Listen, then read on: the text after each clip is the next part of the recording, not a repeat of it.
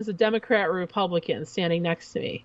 And I honestly do play that game sometimes. I'll admit it. Do you ever like see someone and be like, I bet that person's a Republican? No, but yes. You do. Yes, but especially when I see it's horrible. We're all out there looking at each other, wondering who is who. This is how I wonder. This is when I wonder. Especially working out the Webster, Ontario border. Do you know how many trucks I see with the Confederate flag? Oh, yeah. Well, that's easy to tell. Big pickup truck with the Confederate flag on it. You know what? I want to do a photo experiment. Maybe we could do it together. I just want to take headshots of people on a white wall and put together some kind of app or basically like a game. Okay? Yeah. That people click on it by looking at the picture alone. They're all in the same pose. It's just straight on.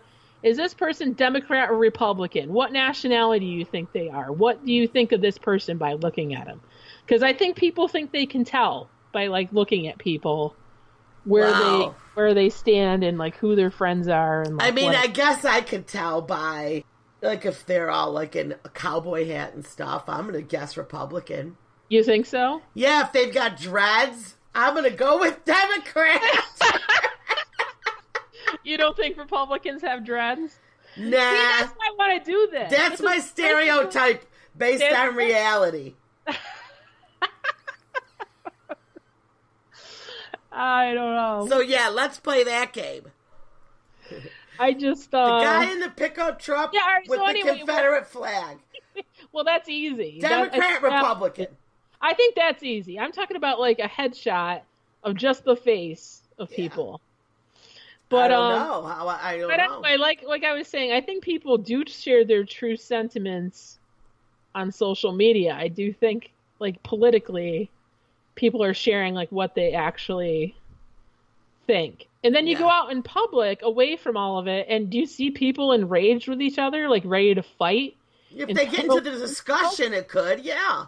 Right, but everyone, that's what I'm saying. We're all, polite to each other face to face, but, that's what I'm saying. So, when I do it's like that. Yeah, but when you go hang out with somebody face to face and you know how they really feel inside, it's starting to sort of make me sick. You know what I mean? A little bit. Why am I face to face placating this person who obviously thinks that immigrants should be shot at a border and...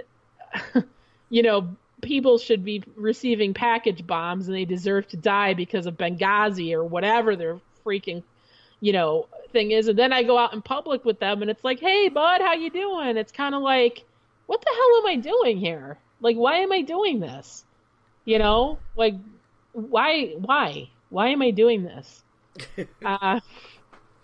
I just think we have to absorb more of it than they do because we just have to, we're trying to be told we have to accept them as who they are and what have you, but it's really not acceptable.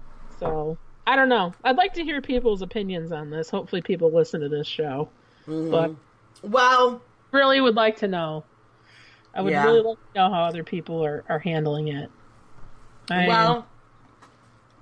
Think about, they did have Kanye, but now he's back on his meds, Amy, and he said they were using him. Yeah, they were using him. He's seen the light. He's seen the light. What do you think he's really seen? Kim's hand? No. I think he's seeing her psychiatrist. Chris's hand ready to smack him. The doctor checking his pupils to make sure he's not on something with shining light in his eyes. Yeah. Well, when Kanye goes back on his meds, he probably woke up after getting his meds and going, oh man, what the heck was I thinking? Yeah. Right? No, I think, you know what I think he saw? I think he saw his sales on his records and his shoes dropping, so he figured he better do something. Yeah. Or else I thought, Chris, the manager of them all, got a hold of him. Shook him. Shook him like a baby. Yeah. Don't shake baby Kanye. But, so then it all started with my daughter's trying to vote story. Yeah. Yeah, my nephew is 18, and he's got a picture of himself and his buddy doing the shocker. You know that thing the kids do like that? No, what's that? I can't say it on air. It's something perverted. Oh, I know. Yeah. I know exactly what it is. Okay, so go ahead. They're doing that in front of a Trump banner. Mm-hmm. He's 18. I'm like, what is this saying? Like, exactly. Like, we all laughed at it as a family. I could laugh at 18-year-olds who do stuff. You know what I mean? It's like, kids 18, I mean, whatever. You know what I mean? Is he supporting Trump? I don't think he supports anything, honestly. Oh, okay. Like, I don't honestly really don't. He's Right. just he's too young to even take it all in. Right. Or I can't say that because a lot of young people can take it all in. Like, I know, like, a lot of my relatives brought like their 8-year-olds with them to the polling booth, and the kids were like excited to go and stuff like that. I can't say he's too young to take it in. He just doesn't want to, and that's fine. Like, I don't judge. I'm not judging him for that. I don't think I really voted till like I was 20. Right. And that just only happened because I happened to start going to college like right when Matthew Shepard was killed. Right. So wait. that had like a huge impact on me. Oh, right. So now the map that you saw. So New York has a huge non-registered Apathy. Yeah. population. Yeah. I'll share it to you. You'll see it. Okay. It's pretty staggering, like just many people. We always, we're all the people arguing are obviously like mostly the voters. Right. You know what I mean? Then there's just a whole huge, bigger section of people who just don't care at all. Mm-hmm.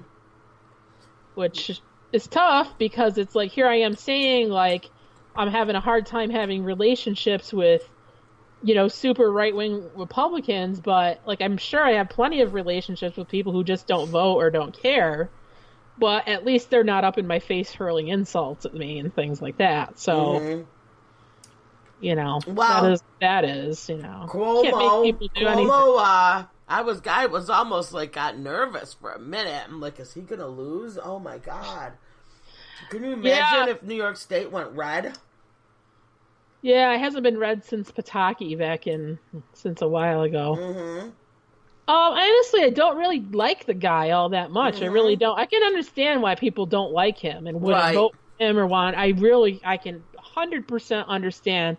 The only reason why I honestly still support him is because I'm hoping that now he's turning the tide with his thinking on, legalizing pot.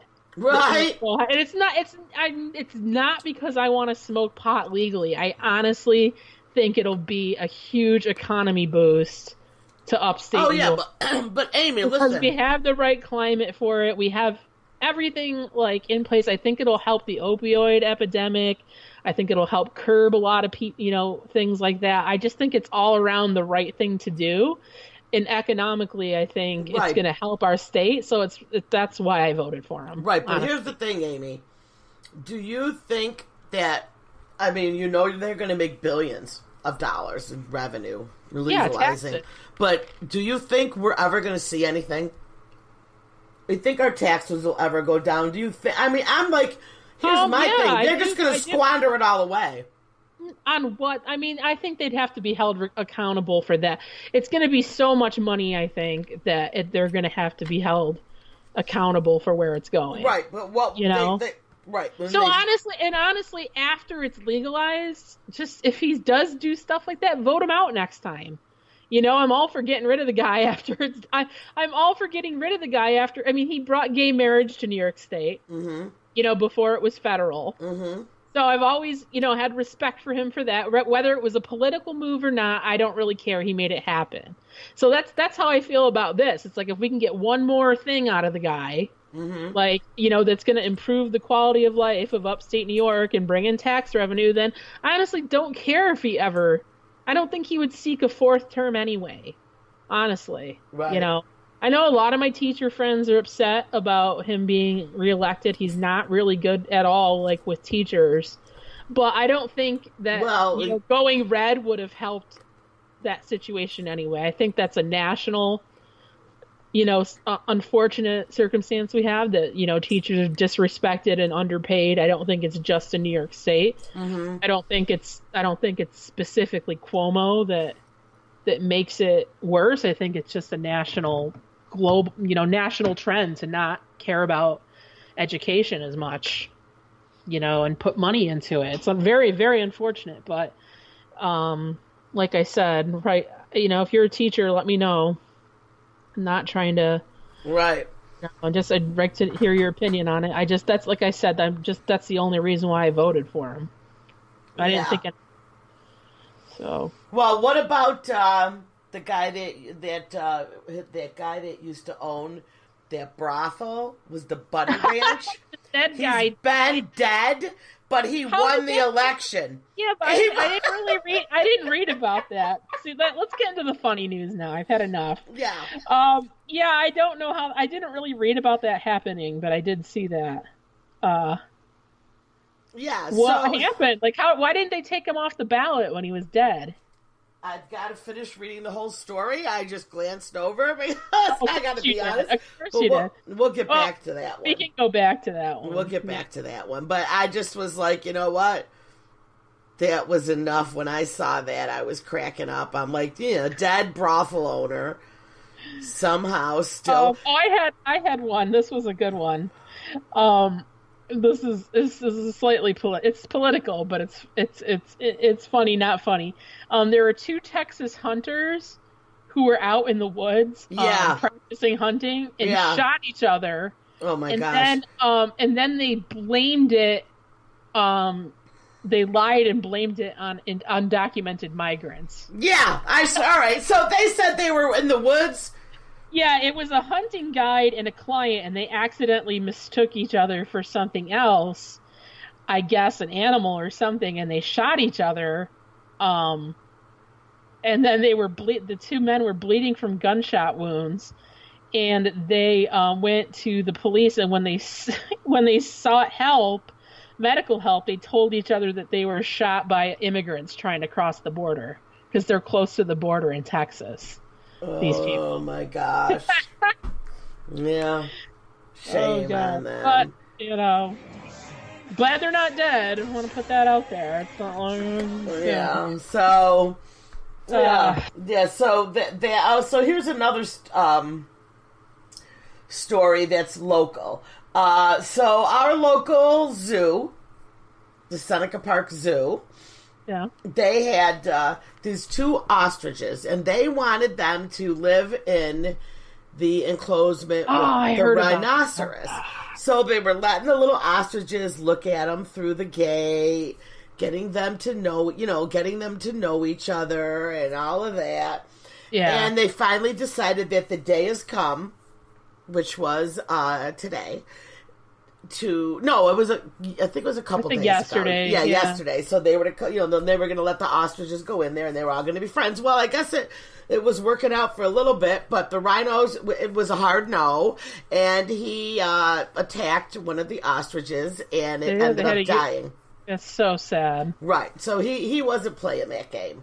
So I thought. Yeah, I know they coexist in the wild, but there's like plenty of room to roam. But they said other zoos they coexist. Those two. Why is it just the ostrich and the rhino that coexist in the zoos? I don't know. Isn't that weird? I don't know. They said maybe there's just something. It could have been a really territorial rhino. Well, that rhino. I'm sorry. He is tired looking. Is he tired? He's something. That poor maybe guy. Maybe he's got dementia or something. Yeah, but. And maybe the other rhinos in the other zoos, like maybe the rhinos were raised from, being juvenile rhinos with the ostriches. You know what I mean? Yeah, I don't know where this one came from. That's like if you're old and cranky. Imagine if I stuck imagine I showed up at your house, Cindy, with a toddler, and you're trying to with Big Bird, and I stuck him in there to try to live with you. I'm like, here, Cindy, Big Bird lives with you now. Once you lose your mind, yeah. Big Bird. So he was mad.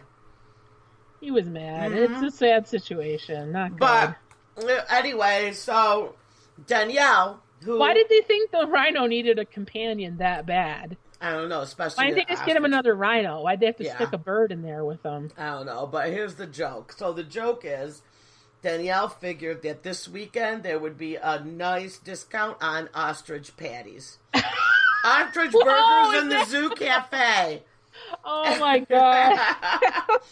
She come up with a good one. It was a good one. That is funny. She said, "Are they going to be serving Danielle. ostrich burgers?" Danielle's writing jokes for the show now. She is now.